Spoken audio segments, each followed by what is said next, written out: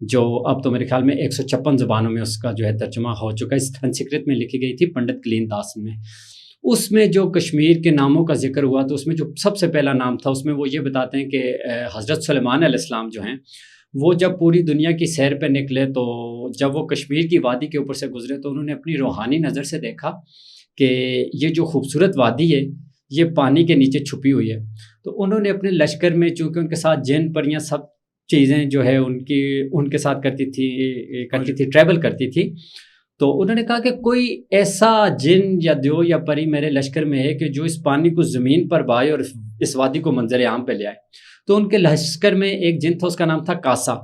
اس نے کہا کہ حضور میں آپ کے پلک جھپکنے میں اتنی تیزی سے جتنی تیزی سے ملکہ سبا کا تخت آپ کے پاس آیا تھا, میں یہ کام کر سکتا ہوں مگر میری ایک شرط ہے. جب حضرت سلیمان علیہ السلام نے اس سے شرط پوچھی تو اس نے کہا جی کہ آپ کے لشکر میں جو میرا پری ہے آپ اس سے میرا نکاح کریں گے تو میں آپ کا یہ کام کر سکتا ہوں. وعدے کے مطابق اس سے وعدہ ہو گیا. اور جو کاسا تھا اس نے, جو تاریخ دان ہیں ہمارے وہ لکھتے ہیں کہ اس نے جموں کا پہاڑ شق کیا اور یہ سارا پانی ندی نالوں کی صورت میں زمین پہ بہنے لگا اور یہ وادی منظر عام پہ آ گئی. وعدے کے مطابق کاسا کا نکاح میرا سے ہوا. اور اس کے بعد ہمارے محمدین فوق جیسے اور اس طرح کے جو بڑے رائٹرز ہیں وہ یہ لکھتے ہیں کہ جو حضرت سلیمان علیہ السلام تھے انہوں نے کاسا میرا کو جھیل سیف الملوک پہ نا قیام کرنے کا حکم دے دیا کہ آپ نے چونکہ یہ وادی منظر عام پہ لائی ہے تو اب آپ ادھر ہیں. اور آج یہ کہا جاتا ہے کہ جھیل سیف الملوک پہ جو آج بھی جنوں اور پریوں کی آوازیں یا وہ جو لوگ داستانیں وہ چل رہی ہیں ان میں کسی نہ کسی تک جو ہے نا وہ آج بھی کاسا میرا خود ہیں یا ان کی جو ہے اولاد ہے جو آج تک اس جگہ کو آباد کیے ہوئے. جی آباد. تو آرگنائزیشن بنانے کا خیال کیسے آیا؟ آرگنائزیشن بنانے کا خیال ایسا آیا, آپ کو پتہ ہے کہ زلزلے کے بعد ہمارے شہر کے اندر جو سب سے بڑا مسئلہ ہوا کہ ہمارے جو نوجوان تھے ان کے لیے کھیلنے کے گراؤنڈ ختم ہو گئے. ان کے لیے کوئی ایسی فیسلیٹیشن نہیں تھی. حکومت وقت کا اس وقت ان چیزوں پہ اتنا رجحان نہیں رہا. ابھی ریسنٹلی ابھی بھی آپ دیکھیں کہ ہمارے شہر میں گراؤنڈ اس طرح سے نہیں ہیں, جو ہیں وہ اتنے اس پوزیشن پہ نہیں ہے کہ ان پہ جا کے کھیلا جا سکے. تو نوجوان, ہم خود بھی اس وقت چونکہ نوجوان تھے تو ہم نے دیکھا کہ بہت سارے نوجوان جو ہیں وہ بیرا روی کا شکار ہو رہے ہیں, غلط سوسائٹیز جو ہے وہ کر رہی ہیں. تو ہم نے کچھ لوگوں کو اکٹھا کر کے ہم نے پلان کیا کہ کچھ ایسا سیٹ اپ بناتے ہیں کہ جو لوگ پازیٹیوٹی کی طرف آنا چاہتے ہیں تو ان کو کوئی فورم ملے.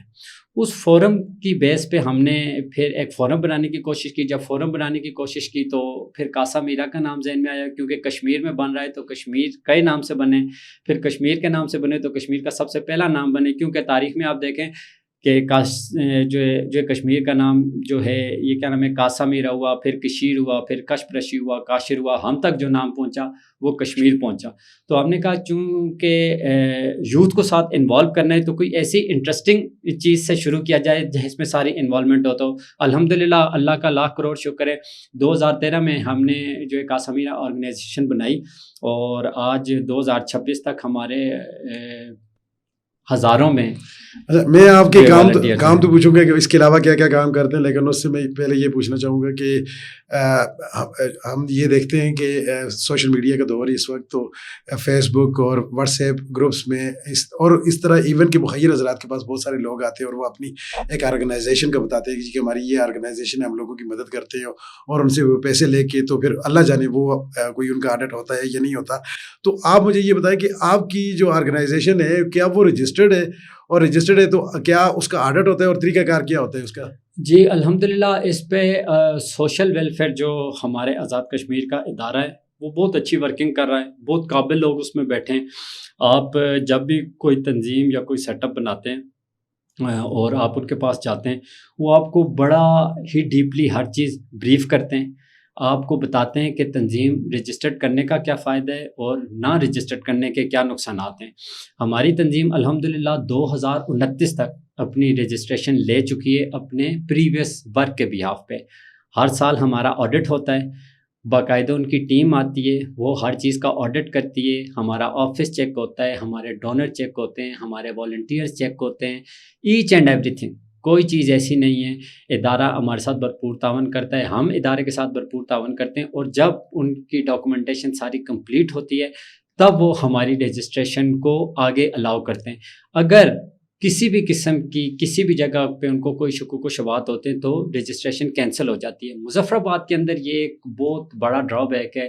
جیسے آپ نے بات کی کہ یہاں پہ 3-4 لوگ اٹھتے ہیں، بے شک وہ بھلائی کے لیے کام کر رہے ہیں، مگر جب تک آپ ایک لیگل فورم پہ نہیں ہیں تو میں یہ سمجھتا ہوں کہ آپ کے کام کرنے کا کوئی مقصد نہیں ہے، اس کا کوئی فائدہ نہیں ہے، کیونکہ جب تک آپ ریاست کو فائدہ نہیں دے رہے، آپ ریاست کے ساتھ مل کے نہیں چل رہے، انڈیویجولی اگر ہر بندہ اس طرح سے کھڑے ہوگا تو پھر آپ یہ دیکھیں کہ ہمارا چھوٹا سا شہر ہے،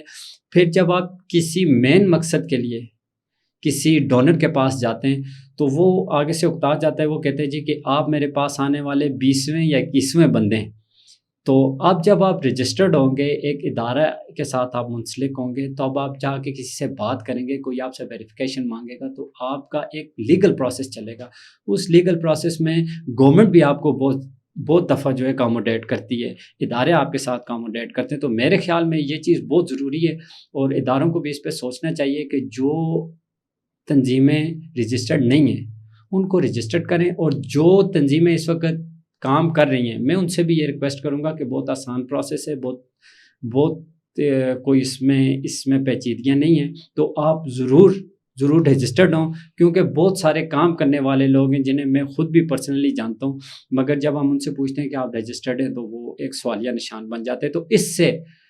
جو کام نہیں کر رہے ان کو ایک کھلا گراؤنڈ مل جاتا ہے، اور پھر آپ کو پتہ ہے این جی او سیکٹر ویسے بھی جو ہے نا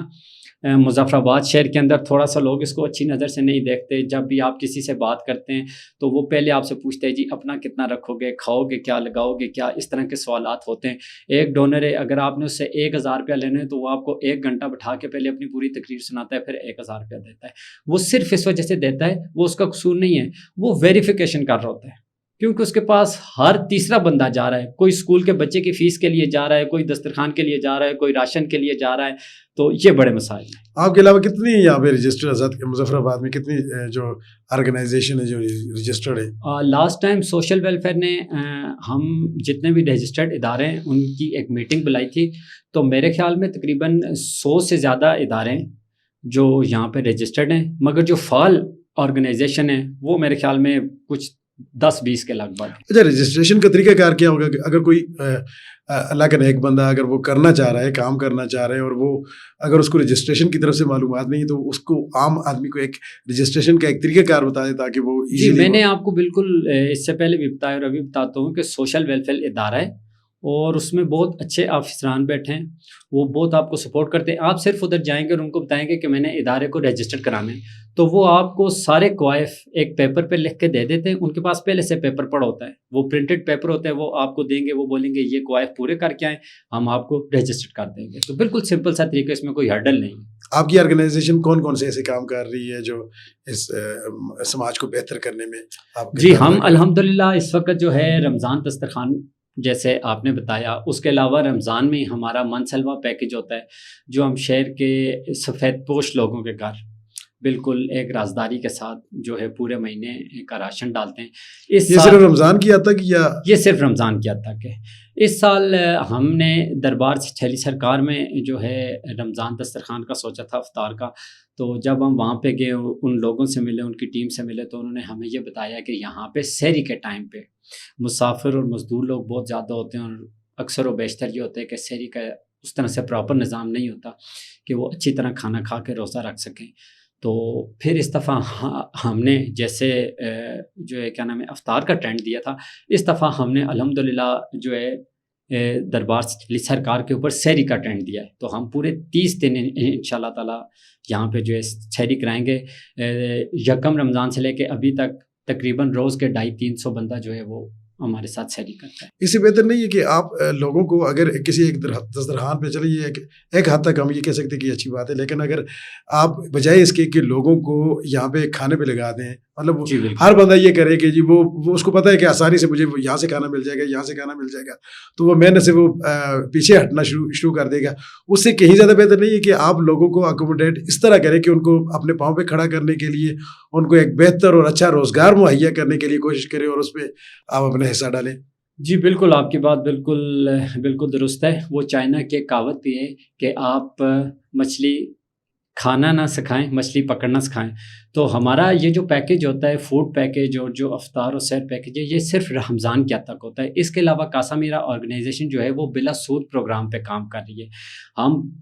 جو ہے بلا سود قرضے دیتے ہیں, ان قرضوں میں ہم مختلف لوگوں کو اکاموڈیٹ کرتے ہیں. ابھی تک تقریباً ہم 96 کیسز کر چکے ہیں, جو سارے کیسز شہر مظفر آباد آپ کے شہر کے ہیں. اگر آپ کے پاس کسی دن ٹائم ہو تو ہم اس کی ایک سٹوری بھی کر سکتے ہیں. 96 کیسز ہم نے کیے اور الحمدللہ 96 کیسز سب سکسیزفل کیس ہیں. کوئی کیس ایسا نہیں ہے. ہم نے بہت سی خواتین کو بیوٹی پارلر کے لیول پہ چھوٹا پارلر کھول کے دیا, آج ان کے بڑے اچھے سیٹ اپ ہیں. ہم نے بہت سے لوگوں کو ریڑھی خرید کے دی, اس پہ پہلی دفعہ فروٹ یا سبزی ڈال کے دی, اس کے بعد انہوں نے اپنا سیٹ اپ روز کے روز چلایا. اس کے علاوہ ہم نے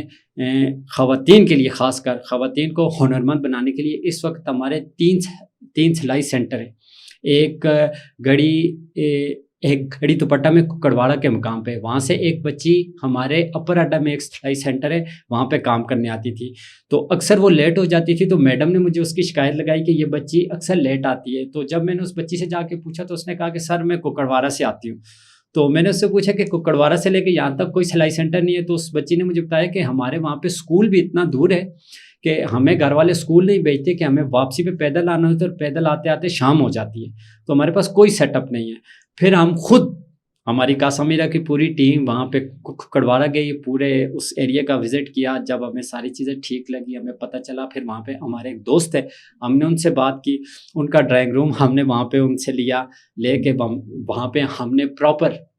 ایک سلائی سینٹر کھولا. ابھی تک کڑواڑا میں تقریباً 35 سے 40 بچیاں سلائی کا کام سیکھ چکی ہیں, اور اس سال ہم نے ان کو نیٹنگ کی مشینیں بھی پرووائڈ کی ہیں. اب وہ اون سے جو بچوں کے سردیوں کے کپڑے بنتے ہیں یہ کام بھی سیکھ رہی ہیں. اس کے علاوہ چیلے میں ہمارا ایک سلائی سینٹر ہے, وہاں پہ بچیاں کام سیکھ رہی ہیں, اور یہ سارا کچھ فری آف کاسٹ ہے. ہم کسی بچی سے کوئی پیسہ نہیں لیتے, کسی سے ہمارا کوئی وہ نہیں ہے. ساری چیزیں کاسا میرا آرگنائزیشن خود پرووائڈ کرتی ہے, اور یہ کاسا میرا کے ڈونر کرتے ہیں. اچھا, ایسا ہوا ہے کہ آپ نے کسی کو اپنے کاروبار کے لیے آپ نے بلا سود قرضہ دیا ہو, واپسی کا ایک تو یہ بتا دیں کہ واپسی کا طریقہ کار کیا ہوتا ہے, اور دوسرا یہ کہ کیا اس طرح کے ہو گئے کہ وہ سارے لوگ آپ کو جو قرض آپ نے ایک شرح مخصوص رکھی ہے تو وہ واپس کر رہے ہیں؟ جی, میں نے آپ کو بتایا نا کہ ہمارے 90 کیس 100% سکسیزفل ہیں. اس کا یہ مطلب ہے کہ ہمارا قرض ہمیں واپس آتا ہے. ہم بیسکلی جو قرض لیتے ہیں وہ اپنے کسی ڈونر سے جو ہے بلا سود قرض کی ایک رقم ہم نے مختص کی ہے 25,000 روپیہ, وہ ہم اس سے لے لیتے ہیں. وہ اپنے والدین کے ایصال ثواب کے لیے دے یا اپنی جان و مال میں برکت کے لیے دے, وہ پیسے ہم اس سے ایک دفعہ لے لیتے ہیں. ایک دفعہ لینے کے بعد فار ایگزامپل اگر کوئی بندہ میرے پاس ہے اور وہ کہہ رہا ہے جی کہ میں کوئی کام کرنا چاہتا ہوں, میں 10 سے 15,000 روپے کی اس کی ریڑھی بک کرواتا ہوں. لاہور سے ریڑھی آتی ہے, بلدیہ کے اندر جو پروسیس ہوتا ہے وہ ہم ان کا فری آف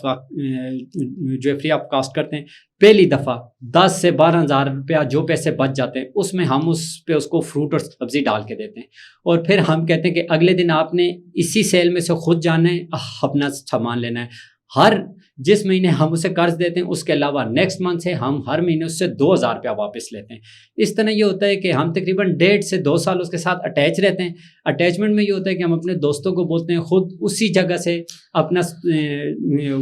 وہ جو سامان لیتے ہیں اس کا سرکل چل جاتا ہے, پیسے واپس آ جاتے ہیں, وہی پیسے ہم اٹھاتے ہیں اور ہم کسی اور جو ہے کام پہ لگا. اچھا خواجہ ریاض صاحب, آپ نے چونکہ اس سماج کو بہت گہرائی سے دیکھا ہوا ہے, بہت گہرے طریقے سے اس کے اندر شامل ہے, آپ نے ان کے تمام جو مکتبہ فکر کے لوگ ہیں ان کے ساتھ ملے بیٹھے ہیں, عمرا کے ساتھ بھی, اشرافیہ کے ساتھ بھی, اور محکوم طبقے کے ساتھ بھی. تو مجھے بتائیں کہ ہمارا جو سماج ہے, جو آپ نے جو آبزرو کیا ہے کہ ہمارا تعلیمی نظام اور سیاسی نظام اس کو کس حد تک بہتر کر سکتے ہیں اور کیسے؟ دیکھیں, تعلیمی نظام پہ ہم سب سے پہلے بات کریں گے. تعلیمی نظام اس طرح بہتر کر سکتا ہے کہ آپ کے بالکل پڑوس میں ایک ملک ہے چائنا, آپ دیکھیں وہ پاکستان کے بعد میں آزاد ہوا اور اس وقت وہ دنیا کی دوڑ میں صفحے اول پہ. تو ہم مختلف قسم کی اسٹریٹجیز مختلف ممالک سے جا کے لیتے ہیں. ہاں, ہمارے اشرافیہ جاتے ہیں, بیوروکریٹس جاتے ہیں, منسٹرز جاتے ہیں. تو ایسی کوئی تعلیمی پالیسی بھی ہمیں اس کو اڈاپٹ کرنا چاہیے. جیسے میں آپ کو بتاؤں, چائنا کے اندر جو ہے, چائنا کے اندر 30% بچے جو ہیں وہ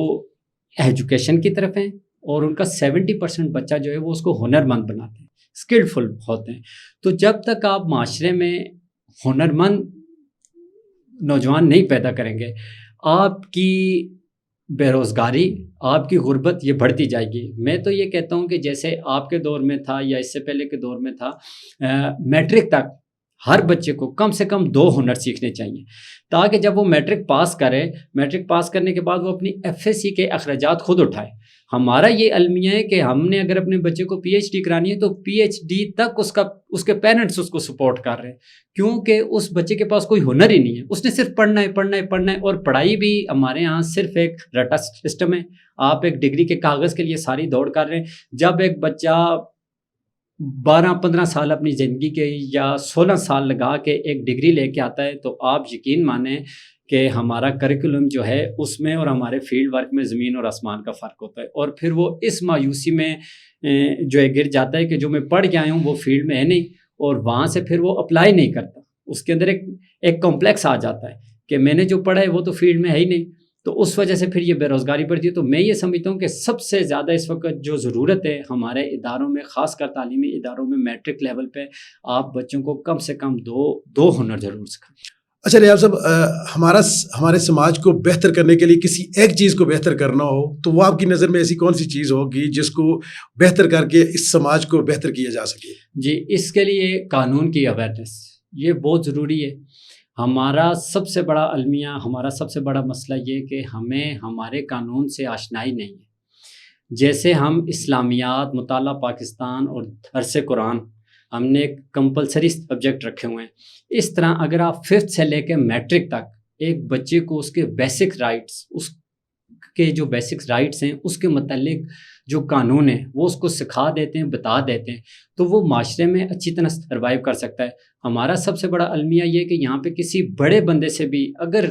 کچھ نہ کوئی غلطی یا کوئی نہ کوئی مسئلہ ہو جاتا ہے تو اس کو یہ پتہ ہی نہیں ہے کہ قانون کی عدمیں اس کی اس میں جو کیا چارہ جوئی ہے۔ اس وجہ سے یہ ہوتا ہے کہ جو تھانہ کلچر ہے وہ پروموٹ ہوتا ہے، لوگوں کو قانون کا پتہ نہیں ہے، لوگ پولیس سے ڈرتے ہیں، لوگ انتظامیہ سے ڈرتے ہیں۔ تو جب لوگوں کو قانون کا اور ان چیزوں کا پتہ ہوگا تو لوگ پولیس کو دوست سمجھیں گے، انتظامیہ کو دوست سمجھیں گے، وہ اپنے رائٹ پہ بات کر سکتے ہیں۔ آپ دیکھیں ایکشن کمیٹی کی آپ ایک چھوٹی سی مثال لے لیں کہ ایکشن کمیٹی نے اس وقت لوگوں کے بیسک رائٹس پہ بات کی۔ ہماری جو حکومتیں تھیں وہ اپنی لیگیسی کو انجوائے کرنے کے لیے انہوں نے ایک دوسرے کے ساتھ ایسی بندر بانٹ کی کہ جو اپوزیشن کا رول تھا وہ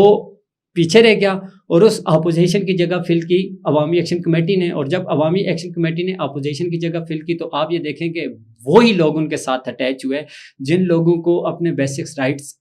کا پتہ نہیں تھا۔ جب عوامی ایکشن کمیٹی نے ان کے بیسک رائٹس کی بات کی تو آج آپ دیکھیں عوامی ایکشن کمیٹی ہر سیاسی جماعت کے لیے درد سر بنی ہوئی ہے۔ تو اگر آپ اپنے لوگوں کو ان کے بیسک رائٹس کے بارے میں بتائیں گے تو بہت سی چیزیں جو ہیں وہ پیدا ہونے سے پہلے ختم ہو جائیں گی۔ بہت بہت شکریہ خواجہ ریاض صاحب آپ کا، اب یہاں پہ تشریف لائے۔ ناظرین، آپ نے خواجہ ریاض صاحب کی گفتگو سے بات کی۔ اگلے پروگرام تک کے لیے ہمیں اجازت دیں، اللہ حافظ۔